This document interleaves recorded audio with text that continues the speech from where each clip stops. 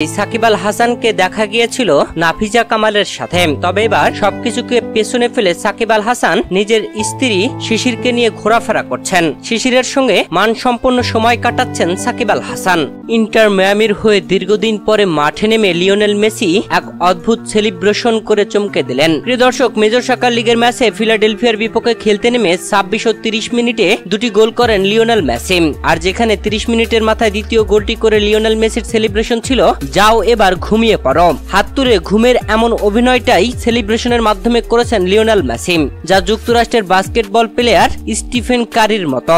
Lionel মেসির সাথে ফিলাডেলফিয়ার যে খেলোয়াড়কে দেখছেন তিনি হচ্ছেন কাবান সুলিবান। মাত্র 14 বছর বয়সে মেজর লিগের ইতিহাসের সর্বকনিষ্ঠ খেলোয়াড় হয়েছেন তিনি। এর আগে তিনি লিওনেল মেসিকে অনেক প্রশংসায় ভাসিয়েছেন। সদ্যই তিনি জানান, আমি 7 বছর বয়স থেকেই সর্বকালের সেরা, আমি তার সাথে একদিন খেলার আশা করেছিলাম, আজ তা পূর্ণ হয়েছে। দর্শক, কাবান সুলিবান 2014 সালে লিওনেল মেসির ব্যালন ডি'অরের সাথে ছবি উঠেছিলেন। সে আজ লিওনেল মেসির প্রতিপক্ষ ছিল, তবে জিততে পারেনি। এই ম্যাচে লিওনেল মেসি নিজে 2 গোল করেছেন এবং একটি গোল করিয়ে ফিলাডেলফিয়াকে 3 গোলের ব্যবধানে হারিয়ে দিয়েছেন। পাকিস্তানি 55,000 টাকা দিয়ে হেয়ার কাট করিয়েছেন বাবর আজম। দারুণভাবে স্টাইল করে হেয়ার কাট করে বাবর আজম এবার ট্রলের শিকার। যেখানে বাবর আজমের হেয়ার কাটের যে স্টাইলটা সেটা পুরনো, আর সেটা আগে করেছেন বিরাট কোহলি। খেলার বিরতির সময় গ্যালারিতে থাকা সকল দর্শককে নিয়ে মাঠে নামাজ আদায় করে ইতিহাস করলো আফগানিস্তান। যে ভিডিওটি কার না ভালো লাগবে। প্রিয় দর্শক, আফগানিস্তানের ঘরোয়া টুর্নামেন্ট সিএসএল এর একটি ম্যাচে এমনই করেছে আফগানিস্তান,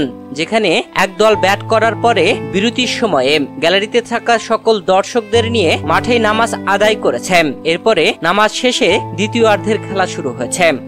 যুক্তরাষ্ট্রের মাইনর ক্রিকেট লিগের দল আটলান্টা ফায়ারে যোগ দিলেন মোহাম্মদ সাইফুদ্দিন, যেখানে সরাসরি চুক্তিতে মোহাম্মদ সাইফুদ্দিনকে দলে ফেরায় তারা। যুক্তরাষ্ট্রে এবার পেস বোলিং অলরাউন্ডার মোহাম্মদ সাইফুদ্দিনের ঝলক দেখা যাবে। মেসি নয়, গড এখন ক্রিস্টিয়ানো রোনালদো। ক্যারিয়ারে 900 গোল করায় ক্রিস্টিয়ানো রোনালদোকে গড 900 গোল লিখিত এই বিশেষ জার্সির সম্মাননা হিসেবে দিয়েছে সৌদি আরবের ক্লাব আল নাসের। এবারের বিপিএল এ দুর্দান্ত ঢাকার মালিক পক্ষে শাকিব খান, আর শাকিব খানের এই দুর্দান্ত ঢাকা দলের জার্সিটা ঠিক এরকমই হতে যাচ্ছে। আর চমকে যাওয়া খবর হলো, এবারের বিপিএল এ দুর্দান্ত ঢাকার হয়ে খেলতে যাচ্ছেন সাকিব আল হাসান ও মেহেদী হাসান মিরাজ। আসন্ন বিপিএল এ সরাসরি চুক্তিতে মেগা স্টার শাকিব খানের দুর্দান্ত ঢাকার হয়ে খেলবেন মেহেদী হাসান মিরাজ। এবং কি চমকে যাওয়ার মতো খবর হচ্ছে, দলের অধিনায়কও হতে যাচ্ছেন মিরাজ। ভারত বনাম বাংলাদেশের মধ্যকার সিরিজ শুরু হতে যাচ্ছে, আর এই সিরিজে ধারাভাষ্যকার হিসেবে থাকবেন ভারতের হর্ষা ভোগলে, বাংলাদেশের তামিম ইকবাল ও আতাহার আলী খান, এছাড়া দীপ্ত দাশগুপ্ত ও মুরালী কার্তিক।